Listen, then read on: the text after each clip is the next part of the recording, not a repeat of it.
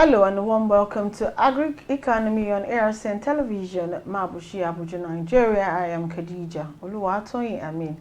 Today on Agric Economy, yes, I'm sure this is surprising to you. Yes, we're in the studio. It's been a long time that we've not sat directly in the studio to record this program.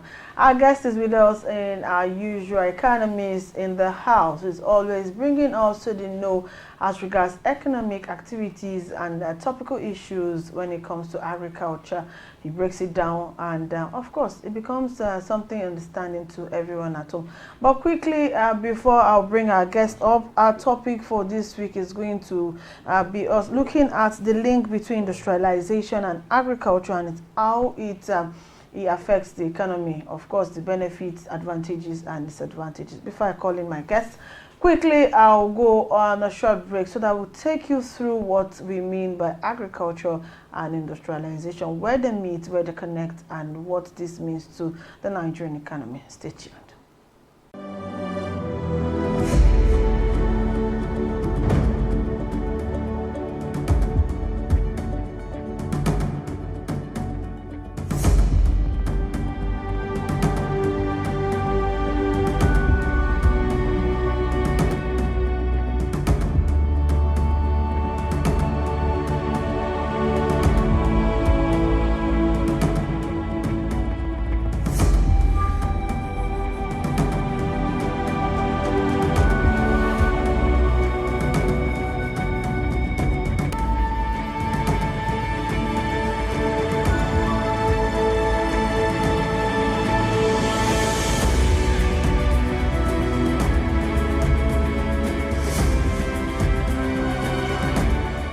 Welcome back. The program is the Agric Economy on ARCN Television, Mabushi, Abuja, Nigeria, and of course, you know your host, I am Khadija.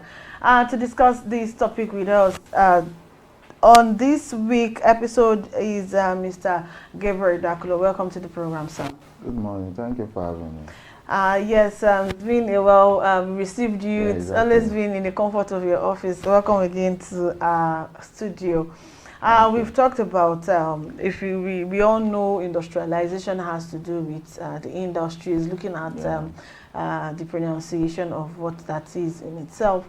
And people begin to wonder, what's the connectivity, industrialization and agriculture? They have industrialization and agriculture have a lot in common.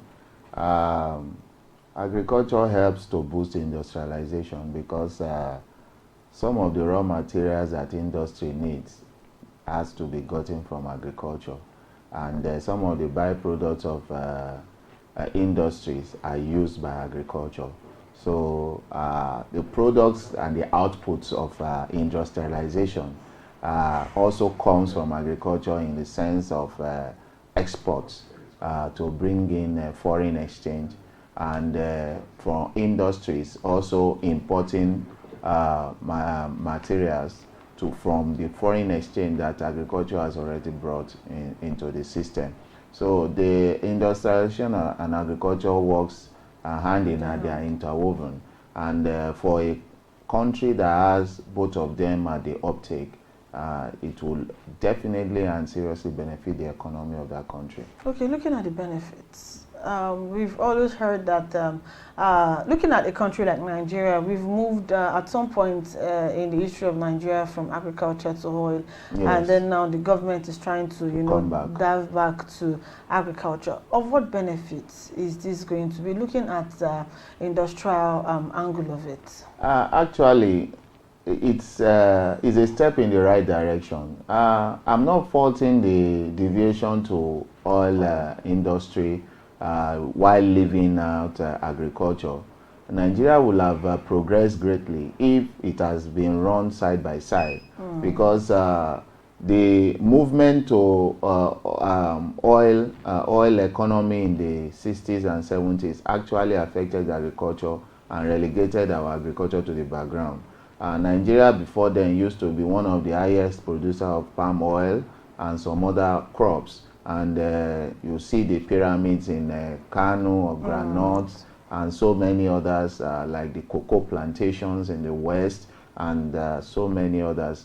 But The advent of oil made the Nigerians to become lazy, and we went into oil that we can call free money, or black money, as they used to call it then, and it relegated agriculture to the background.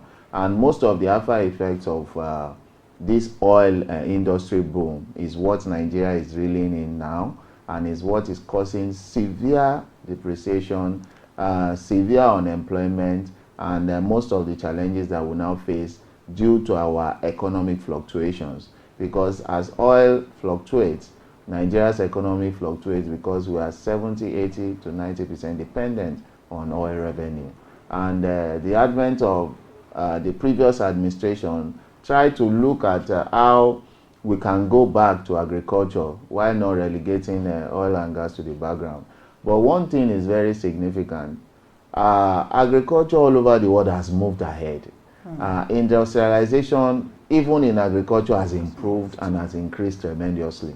So Nigeria moving back to agriculture cannot remain in the level we were 30, 40 years ago.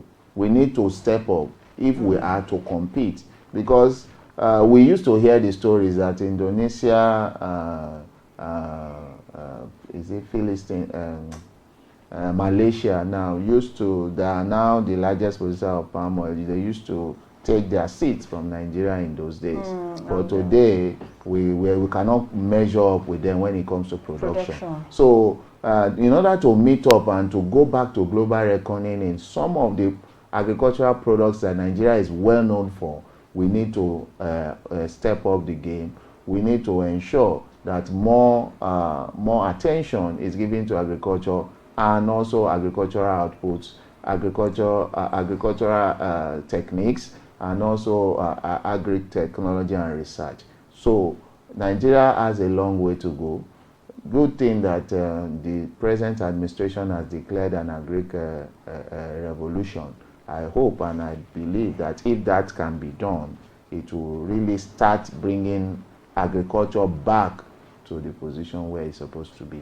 Okay, talking about agric industrialization, we have but very few, I would say, industries compared to what agriculture in itself connotes in Nigeria. What's hindering, what do you think as an economist, what's hindering investors? The truth is that the policies on agriculture has not been effective in Nigeria, number one.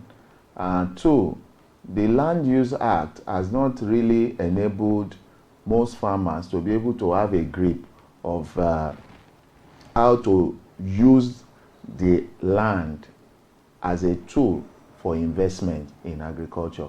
I give you an example. If you have acres of land that belongs to you, maybe through inheritance or one way or the other, and you cannot actually have a title deed on it, and you cannot use that title deed to be able to source capital for agricultural production, then you might not be encouraged. The second aspect of it is that the attitude of financial investment or financial investors, be it banks and other interventionist organizations, to agriculture in Nigeria is very low, or maybe because of the fact that it's fraught with its risk, and we have not been adequately covering the risk that agriculture encounters in Nigeria, for example. Yes, we know we have the Nigeria Agric Insurance Corporation in place. Their effectiveness needs to be improved on. I know that they have been recapitalized, but the level of agriculture that we are talking about, they need recapitalization to the level of a very big bank or a very big reinsurance company that is obtainable in other climes of the world. So that aspect is very key. Land Use Act has prevented so many people to use land to be able to raise capital for agriculture. The attitude or disposition of financial institutions to agriculture also is hindering agric expansion in Nigeria. And the risk coverage in agriculture in Nigeria is still not as strong as people will expect it, or would be foreign investors will expect it to be. Because if we have a NAIC, for example, that is paid up capital is not up to a tier 1 bank, then they will be afraid. Or if paid up capital is not up to a reinsurance company, because you know reinsurance companies are companies that take off the risk from insurance company to now reinsure it and cede it to other companies all around the world. So they take up big risk. So NAIC should be to the level of a major insurance company in Nigeria, not just an insurance company, to the extent that when they have the capital capacity to be able to underwrite large ticket Agric insurance transactions, it gives confidence as well to foreign investors in this regard. So these are groundworks, these are policies that needs to be changed, and I'm happy that the government is looking at some of these issues. That's why in Abuja, for example, the FCT, you discover that lands in Kuje now have farmlands that have CFO that you can also use for trading. So there is improvement in some states, and the federal government is looking at the issue of land use for agriculture and how it can be titled for capital investment. The second aspect is the government is also pushing, and I believe that with time it will improve, to ensure that commercial banks and other agri-related banks pump more into agriculture, put more attention into agricultural needs of investors in agriculture. And we also see in the past that CBN is also intervening to ensure that loans are given to agricultural initiatives through the farmers to ensure that it boosts agriculture. But the CBN alone cannot do it if commercial banks and other agri-related banks, both in Nigeria and abroad, are not investing directly into it. So the issue of land, the issue of capital, and the issue of risk assessment are some of the major hindrances to industrialization in Agric. Okay, so in all of this, what benefit will this be to, industrialization in this sector? Really, one of the things that have made Nigeria not to reach the level of industrialization we should be is in raw materials. I give you an example before I go to agriculture. If Nigeria can be able to process steel, manufacture steel in Nigeria, which Ajaokuta Steel Company is meant for, and some other steel companies all around Nigeria, if we are churning them out still, it will have doubled our industrialization projection in the past 20-30 years. But because we are importing them, we have not been able to. Nigeria, up to today, cannot boast of manufacturing from level 0 to 100% of a car. The best we have been able to do is to assemble and to manufacture some parts.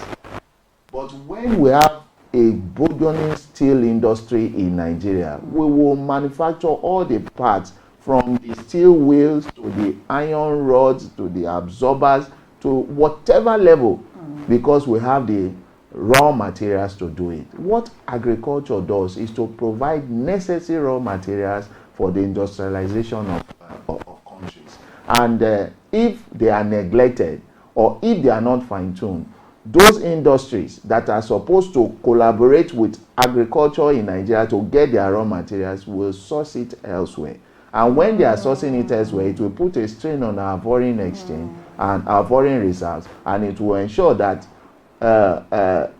income that should come locally or that should be circulated locally will now be taken outside. So that is why agriculture is important to industrialization in Nigeria, because if we really want to rapidly grow in industrialization, we need our agricultural sector to be solid enough to provide the necessary raw materials that this company needed. For example, we say, we want tomato manufacturing plants all over, tomato processing, we want juice processing, we have all sorts of raw materials processing to put them to a finished product.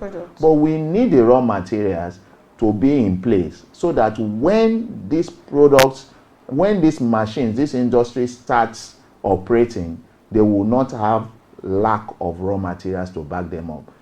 I'll give you an example of Dangote refinery, for example.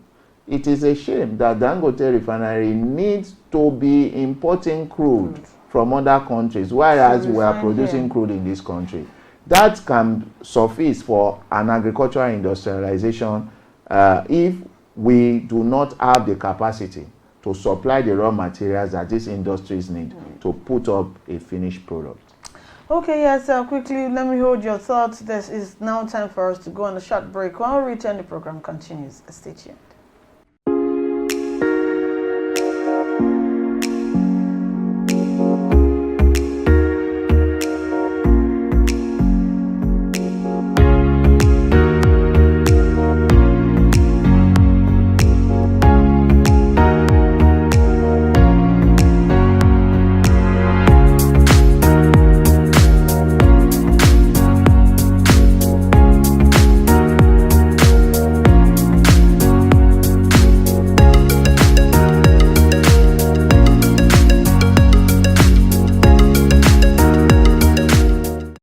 Welcome back. It's still the program Agric Economy on ARCN Television. I'll be talking about the link between industrialization and agriculture and how it benefits Nigeria.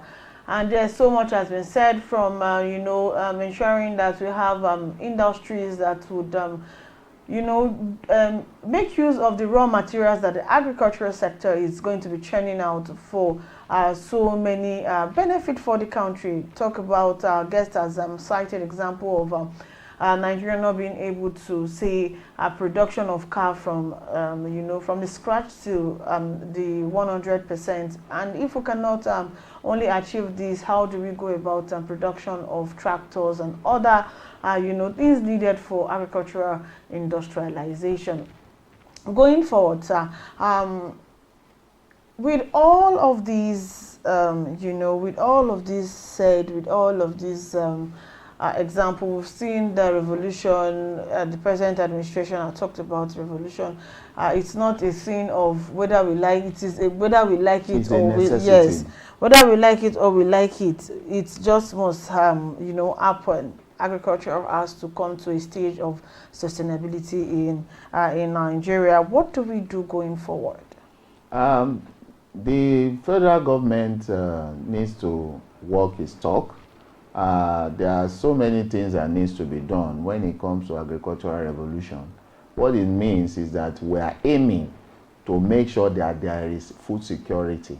If we are talking of agricultural revolution, what it means also is that we are aiming to ensure that a large percentage of our unemployed are taking off the unemployment market. What it means is that we are aiming to ensure that after we have attained food security, we are able to export the excess to other countries. And what it means is that we are now ready and we are determined to earn great income in foreign exchange from agriculture. So that is what agricultural revolution means. It means that Nigeria now wants to be known as an agricultural hub, and we are now ready to compete with other agricultural sustainable countries in the world.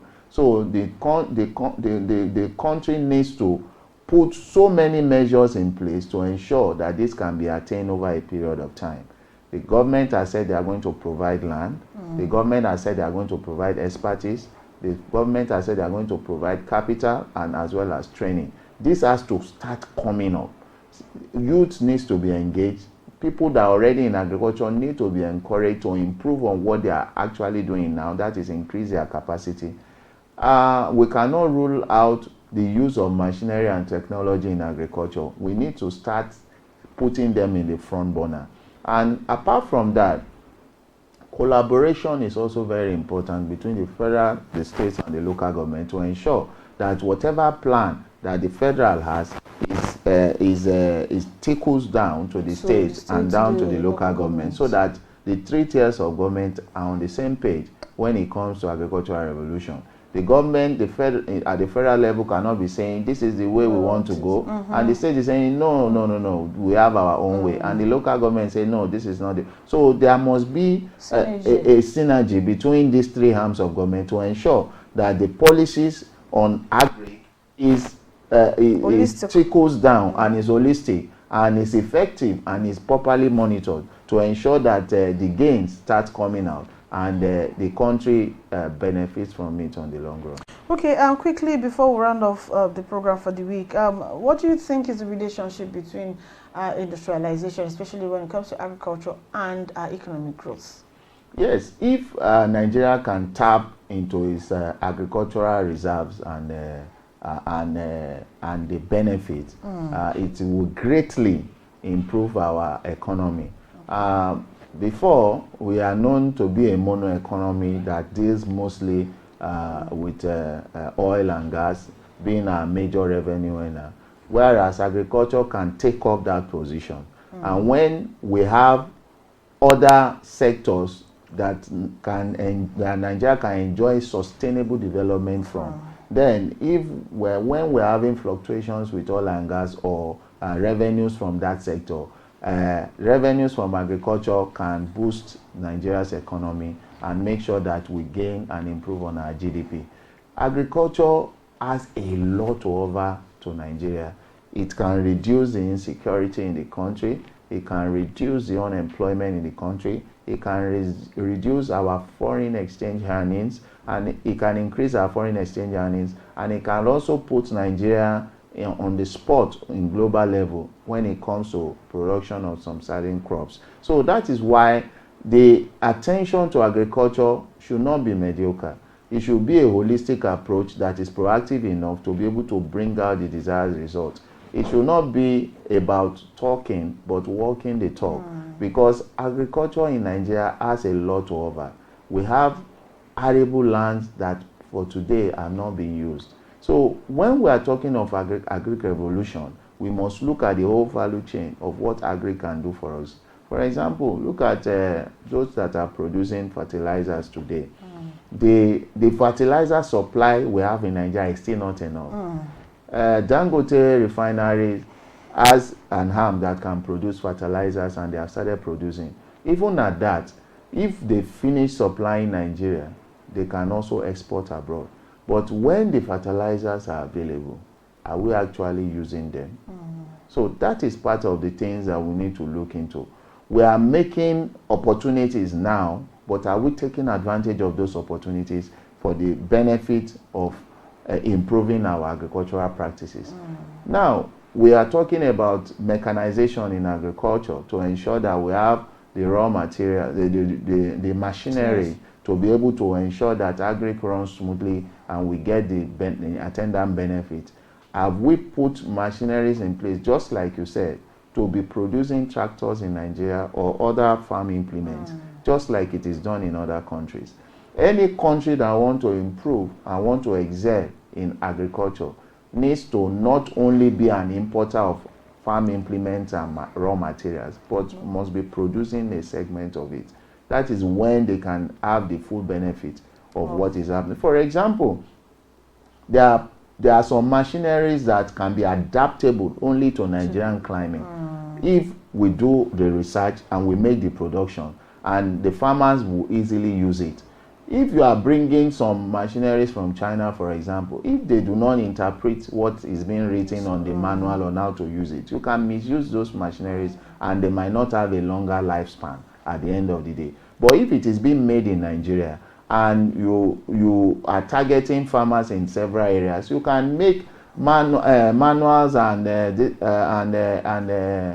operations manuals in Hausa, in Yoruba, in Igbo, or other major languages, so that those that are going to use those machines will be able to use it adequately, and it will have a longer shelf life at the end of the day. So these are part of the reasons why, yes, we are going into agric revolution. We are going into improvement in our agriculture, but it should not only be left only to what we are going to produce from the ground. It should be that we are incorporating the other inputs that makes agriculture tick, like the fertilizers, the research aspect, and also the machinery.